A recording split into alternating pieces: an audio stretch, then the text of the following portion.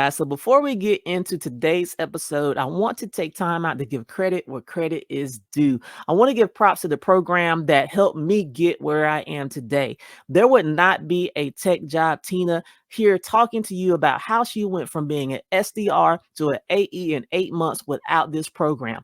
That program is Course Careers. It's a self-paced, affordable course that you can take to help you get into an entry-level tech role. Now, I took tech sales and I never looked back. But hey, maybe tech sales is not for you. That's okay. They got other entry-level tech roles that you can choose from, all at a very affordable price. And I'll even help you make it even more affordable by giving you my discount code link so you can take an additional $50 off of any course that they offer. And they also have payment plans available. So for those of you on the fence looking for a way to break into tech, I am a walking, breathing testimony that it works. So get off that fence and go get your tech job. Peace. Well, what's going on, guys? It's your girl Tech Job Tina signing in for another episode. So in this episode, man, I just want to do a little bit of a recap, not only a recap on what's going on in my AE life, but also a recap on a really cool event that I actually went to just this past weekend. If you guys have been following my content, you saw when I posted about the TechPreneur Con that happened the weekend of 27th and the 28th. This was Cyrus Harbin's tech event that he threw for his techpreneur community and pretty much anybody else that wanted to come out to the tech event, right? I have to say it was amazing. And I'll tell you, I am an introvert, so I'm trying to get better about the whole tech event thing, just kind of getting out and shaking hands and meeting people in person. This was actually my first tech event and I had a lot of fun, man. It was awesome to meet people in person that maybe you had been like communicating with on LinkedIn and other like virtual channels. To actually like see them in person was really cool. I got to meet Cyrus. He is just as awesome in person as he is on his platforms, right? He's really cool, brother. What can I say? He's a good dude, right? So really was honored to just meet him in person. Really nice guy. I'm looking forward to continuing to do more to support whatever I can to like support the movement, right? So that was awesome. I also got to meet Recruiter Cousin. She is she's one of those people you can tell by the way her content and just when you see her on things that she's just got a lot of love for her people and she's got a big heart. And that actually came across too when I was able to meet her in person. Like she's just a really sweet person, man. And I met a lot of other people too as well that whose names escape me right now, but I did meet so many people at the tech events. I'm looking forward to more just for the opportunity to, meet those people again and just continue to like form those relationships because it's really important, right? I mean, your network is so important and probably more important today than ever as things begin to tighten out here in these job markets and things become like so uber competitive out here right now. Just strengthening your network and having the right people that you can lean into in your time of need. And not only when you need, but when they need, they can call on you as well, right? It works both ways, right? So I just kind of wanted to share that with you. I'll put a link in the description for anybody that wants to join a tech community and you want to be able to have access to not only a new network, but maybe you want to be able to have access to know when the next tech event is, or you want to be able to have access to, recruiters that can answer your questions, or you want to be able to have access to people that are actually giving true job referrals because their job is hiring. These are the types of things that I've been able to have access to just by being inside of Cyrus's techpreneur community, right? Aside from the perks of getting discounts to, all the events and all of that, it is like jam-packed with information. There is like gems upon gems inside of this Discord group that the techpreneur community sits on, right? So definitely worth the money. He's dropped the price now because he realizes that a lot of people that follow him are still on the journey trying to break into tech. So just for the love of that, man, he's actually made it so affordable. It's $30 a month for you to be a part of a community. It is a very active community. There are several virtual events or virtual content shows going on throughout the week, from Thursdays where you actually get to have a true recruiter come on and answer your questions, from different like industry experts or SMEs and their own rights that's coming on and just sharing their wealth of knowledge. There's a lot that you can gain. That $30 a month is well worth the investment. I'm in there. I intend on staying in there. And so if you're looking for something outside of LinkedIn, you're looking for just another way to network that doesn't cost an arm and a leg, definitely look into joining the community. I am definitely glad I did. So I'll put a link to it below. Just check it out. And if you want to join, that is the link that you can use. So outside of that, man, had a great time Saturday and Sunday. Saturday was an evening event where they had several panels on discussing several topics. There was lots of opportunity to network and kind of meet people. And then on Sunday, it was like a VIP brunch. It was a smaller event, which was really awesome because it gave you even more of an opportunity to just have a smaller, more intimate event where you could actually talk to people that maybe you hadn't had a chance to talk to the night before. So I actually loved it. I loved it. So that is my review of the TechPreneur Con event that was just this past weekend. All right, so moving right along to what is going on in my AE world. All right, y'all. So today is May the 1st, right? Which means I have just completed another month of being account executive at my company. Now I am officially 3 months down, going into month 4. And I have to admit, guys, April kicked my ass. I'm not gonna lie. April was a tough month, man. I have been in tech sales for going on a year in May. I have never missed my quota. In fact, I have always obliterated my quota, going very far past my quota, 150% quota, 200% quota, or more, ever since I've been in this tech sales game. And I have to admit, and I got to keep it a buck with you, I missed my damn quota in April. What the hell did you just say? Yeah, y'all. I missed my quota. Damn.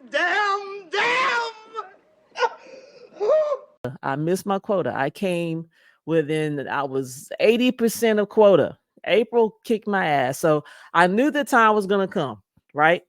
And I look at it like this, right? All the greats, they have losses. And I am definitely not on the list of greats. So if Michael Jordan can have some losses, and LeBron James can have some losses, if the late great Kobe Bryant can have some losses, if you got all these greats and they have L's, when you go and look, who am I to think that I ain't gonna have no L's too, right? So Tech Job Tina took an L for the month of April. I only hit 80% of my quota. It was tough, man. It was tough. And let me tell you, I had enough out there to where I could have surpassed my number and then some. But this is how tech sales goes sometimes. And I'm particularly talking about a closing role. I ain't talking about the SDR thing. That's something completely different. SDR, BDR, that's breezy, right? I'm talking about account executive closing roles, man. You can have everything laid out for you, everything that looks like it's going to close. You can have contracts out. You can have buyers telling you, yeah, we're going to do it. And then when it comes down to the wire, nobody does what they said they were going to do, or nobody does what you thought they were going to do, right?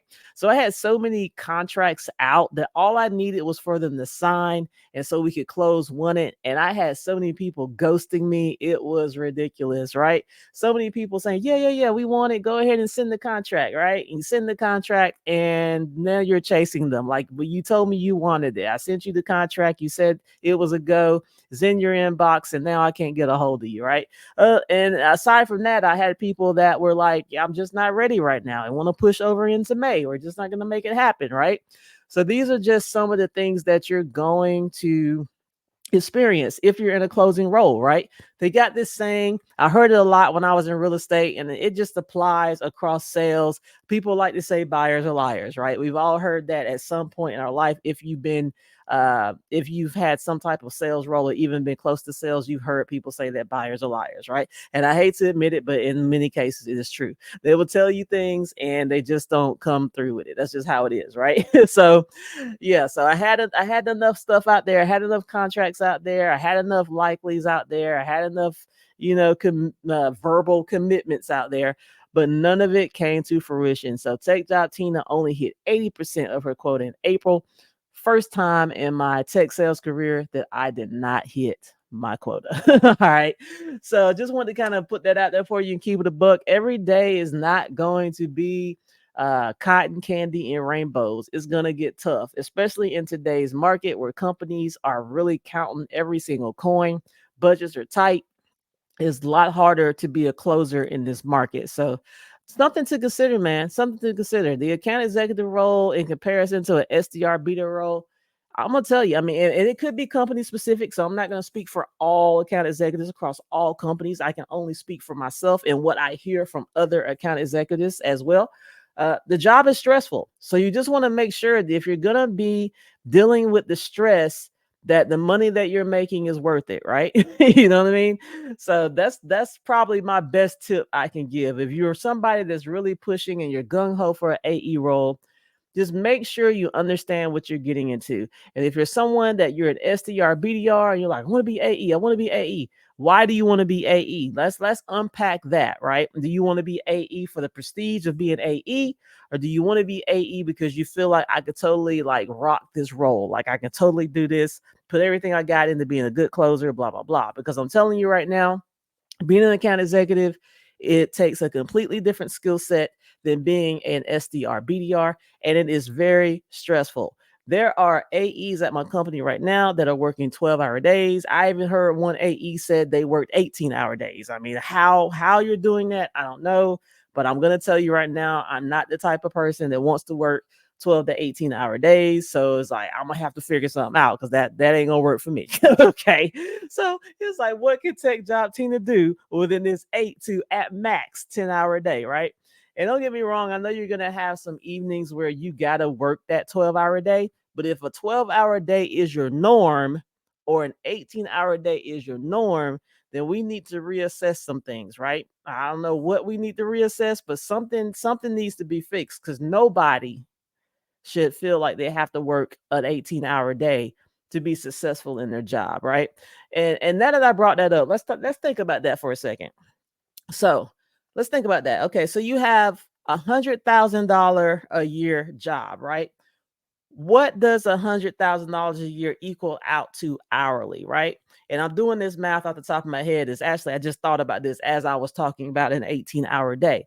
So $100,000 a year is $50 an hour based on your standard 2,080 hour work year, right? $50 an hour, right? That's based on a 40-hour work week. So if you're working 80 hours a week, you're not really making $50 an hour, are you? You're making like $25 an hour, right? So I just kind of want to put that into perspective, right? People get so caught up, oh, the $100,000, the hundred this, the six figures. How many hours you working to get that six figures, right? You getting the six figures in a 40-hour work week? Okay, great. You're a $50 an hour skill set right there. But if it's taking you 80 hours a week to make that $100,000, you ain't no better than the guy that's making 20 something bucks an hour because that's basically what you're making, right? So I think a lot of times people don't think about that, right? It's like really think about how much am I worth an hour, right? And just kind of go at it like that. So that really, me talking about the 12 to 18-hour days really made me think about it from an hourly standpoint as well. So just something to consider, man. So yeah, I didn't want to make this video super, super long. Just wanted to kind of get on here and tell you I went to the TechPreneur Con this past weekend. It was absolutely amazing. They are already talking about what the next event is going to be like. Going to be some exciting stuff. And like I said, if you want to join, I put the link to that group down below. And I also just want to give you the recap. You know, I'm going to give you the really real, even when it's good, bad, or ugly. I'm just going to tell you what's up. And then hit my quota. Not happy about it, but it's going to be like that sometimes, right? So here we are. It's the 1st of May. April was my very last ramp month. Now May is my real month. I got a real quota to hit.